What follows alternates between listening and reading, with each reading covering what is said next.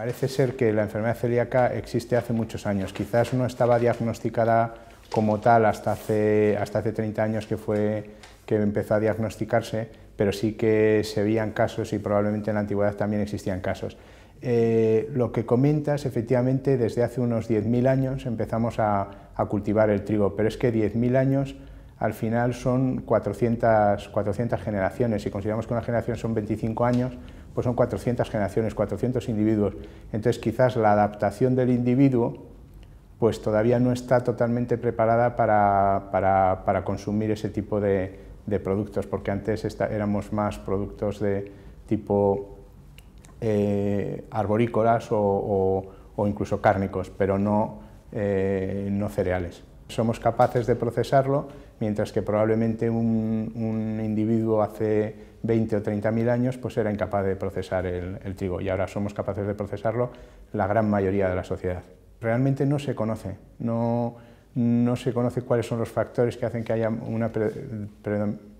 que predomine más entre las mujeres que entre los hombres, pero supongo que en todas estas estadísticas también hay algún factor ambiental, y probablemente cuando las mujeres y los hombres vamos haciendo más o menos la misma vida, pues al final esto se acabará siendo muy similar en un plazo de 50 años. Nosotros hicimos hace unos 8 o 10 años, ayudados por la Comunidad de Madrid, un estudio y predominaba, era un celíaco por cada 79 niños. Era un estudio en un área sanitaria, y por lo tanto era un estudio completo de todas las personas que estaban en ese área, de todos los niños que estaban en esa área sanitaria. Entonces, 1 de cada 79 tenía la enfermedad celíaca. Efectivamente, eso nos llevaría a tener unas entre 400 y 600.000 personas a nivel de toda España.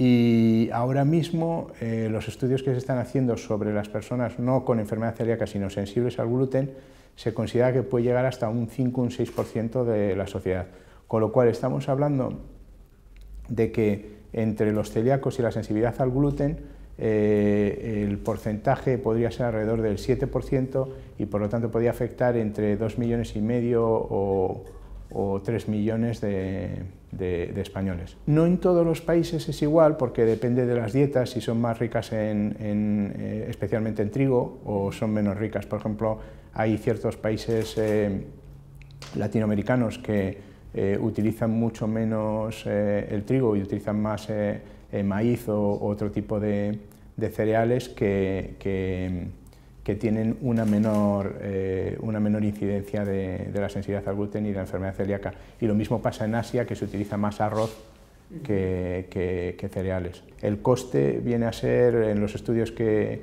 hemos hecho tanto nosotros como la Federación de FACE, la Federación de Asociaciones de Celíacos de España, pues estimamos que está entre 1.400 y 1.600 euros anuales de coste adicional.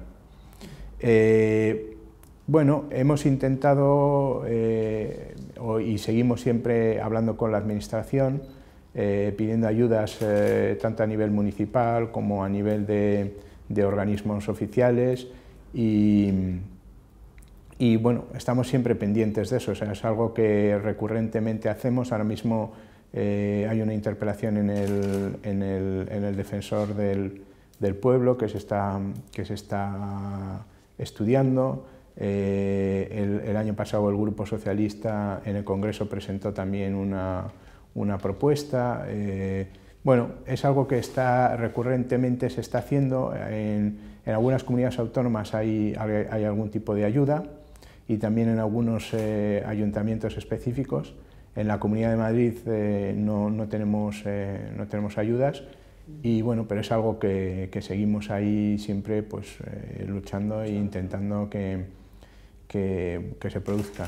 También otra cosa en la que trabajamos las asociaciones, y especialmente la nuestra de Madrid, pues es en intentar que cada vez haya más productos y haya más competencia, con lo cual pues al final los productos van bajando su precio, ¿no?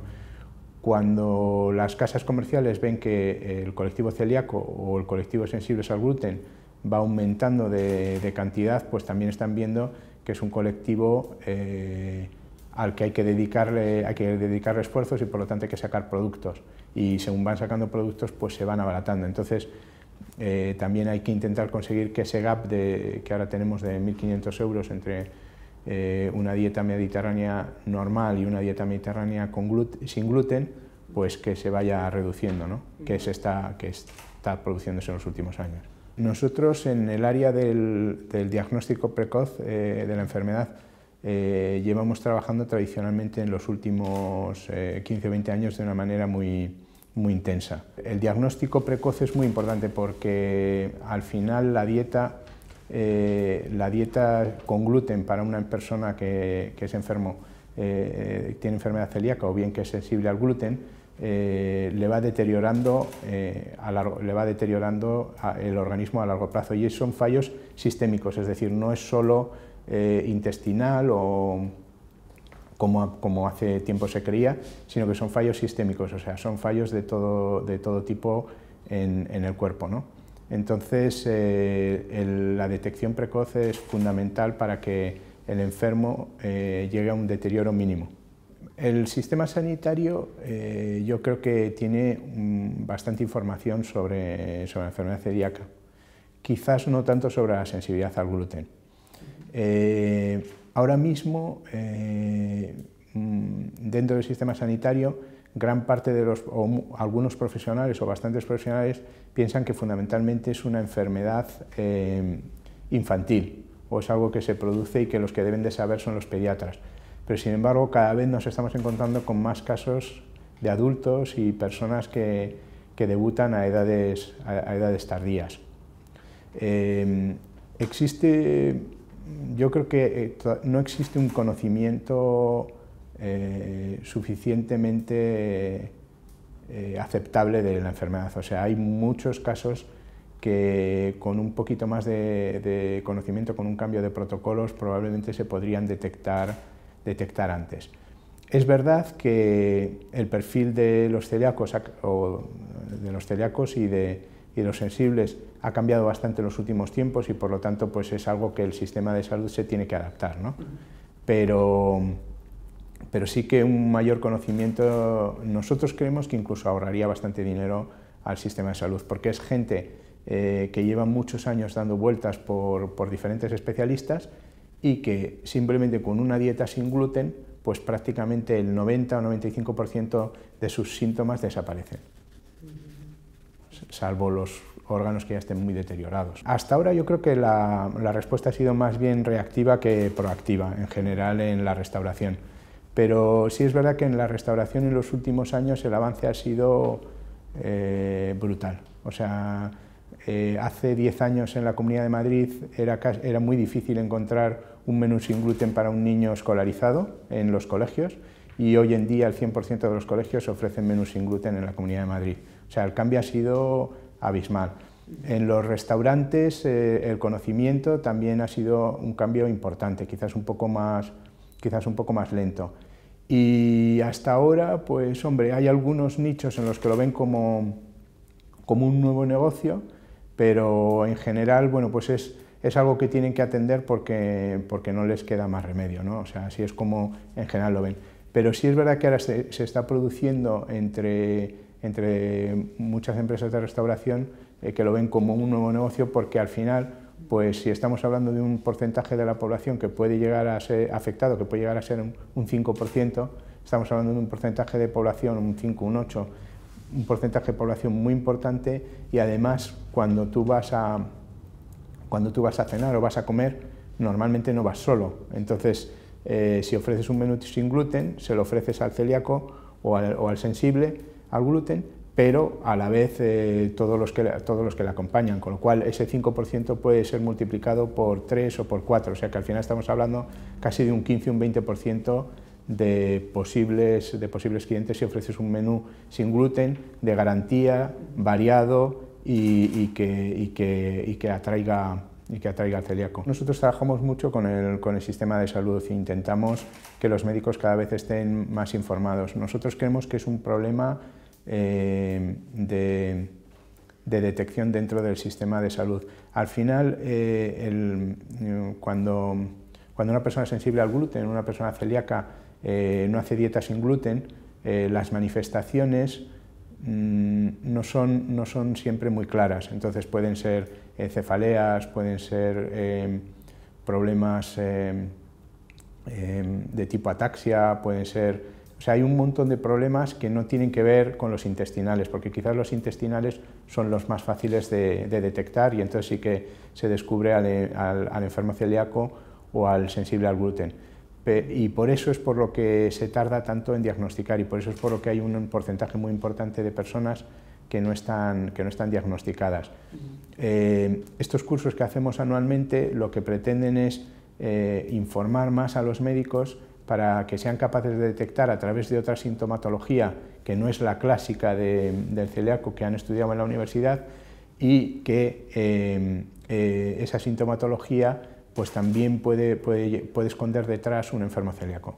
Se debe fundamentalmente a que bueno, se van diferentes cambios políticos, van haciendo que algunas personas más sensibles a este problema o menos sensibles y entonces se van consiguiendo ayudas.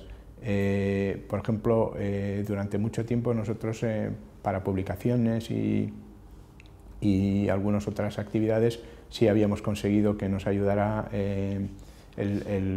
la Comunidad de Madrid, pero sin embargo ayudas directas pues nunca se ha conseguido. Seguimos reivindicándolas, seguimos intentando reunirnos con la administración para conseguir mejoras y bueno, pues entendemos que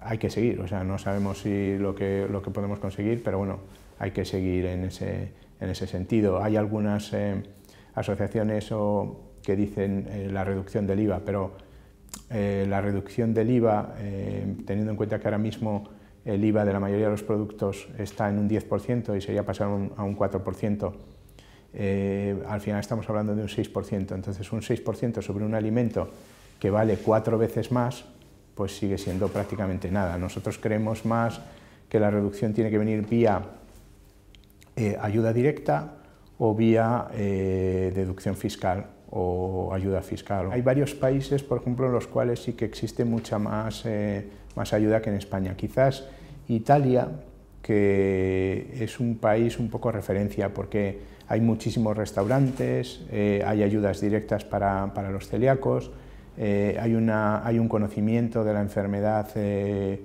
muy grande dentro de la sociedad y quizás sea un país el cual es el que está más avanzado y que funciona casi mejor todo.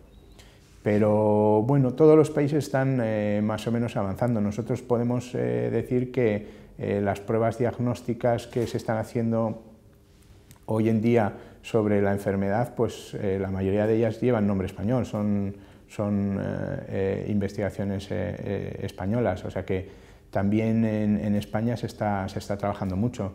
Nosotros hace 13 años establecimos un premio de investigación de investigación clínica y médica. Y dentro de investigación médica pues hay varias pruebas diagnósticas que se están utilizando ahora y que están empezando a ser estándares a nivel mundial y que empezaron gracias a ese premio de investigación que damos nosotros todos los años. Es un curso sobre el diagnóstico de la enfermedad celíaca. Es un foro donde los especialistas que están trabajando en la enfermedad celíaca pues van a expresar, sobre todo a médicos de primaria y pediatras y bueno, otro tipo de médicos que también estén interesados, pues los últimos avances dentro de la enfermedad que existen, dentro de la enfermedad y dentro de la sensibilidad. Es también un foro de discusión porque como están cambiando algunas cosas sobre la definición de la enfermedad y sobre todos estos aspectos de la sensibilidad al gluten, pues también es un foro de discusión para ir avanzando más en el conocimiento. Y bueno, llevamos ya 7 ediciones de estas sesiones, que es una sesión de un día, desde las 8 de la mañana, 8:30 de la mañana hasta las 6:30 de la tarde, y los hemos hecho en 8 grandes hospitales en 8 grandes hospitales de Madrid. O sea, se ha ido turnando en los auditorios de los diferentes hospitales. Este año toca la Fundación Jiménez Díaz y bueno, tenemos una gran ayuda por parte de los médicos de allí. Por un lado está compartir experiencias con otras asociaciones. Bueno, también nos está sirviendo para acercarnos a algunas asociaciones en las que tenemos alguna relación que la dieta sin gluten también puede afectar a las patologías de estas asociaciones, como por ejemplo la fibromialgia. Y luego también INIDRES nos está dando soporte para organizar algunas conferencias, difusión también de la enfermedad celíaca, y no tanto la asociación de pacientes, pero sí dentro de INIDRES pues estamos ahí colaborando en bastantes conferencias. De hecho, el próximo día 26 también tenemos una conferencia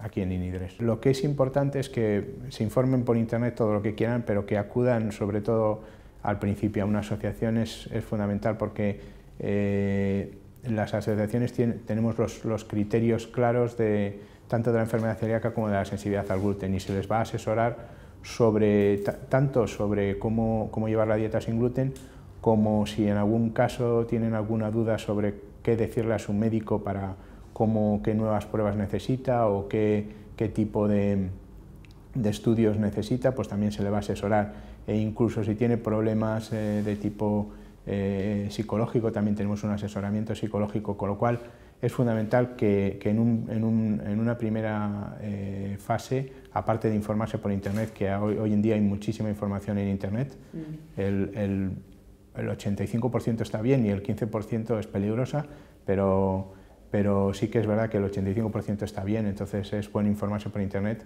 pero también acudir a alguien que te puede decir los criterios claros de la enfermedad, que somos las asociaciones, claramente. Si fuera de la Administración Sanitaria Española o de la comunidad, pues fundamentalmente que nos ayuden en propagar la enfermedad dentro del sistema sanitario, tanto a los profesionales médicos como enfermería, a través de cursos, de diagnósticos, trabajando con ellos en nuevos protocolos para cambiar los protocolos actuales que ya empiezan a quedarse un poco anticuados, y luego que nos ayuden frente a otros organismos, que es fundamentalmente Hacienda o Economía, para ver si puede el tratamiento de los enfermos sin gluten pues, sea un poquito más beneficioso, que haya ayudas directas o ayudas fiscales.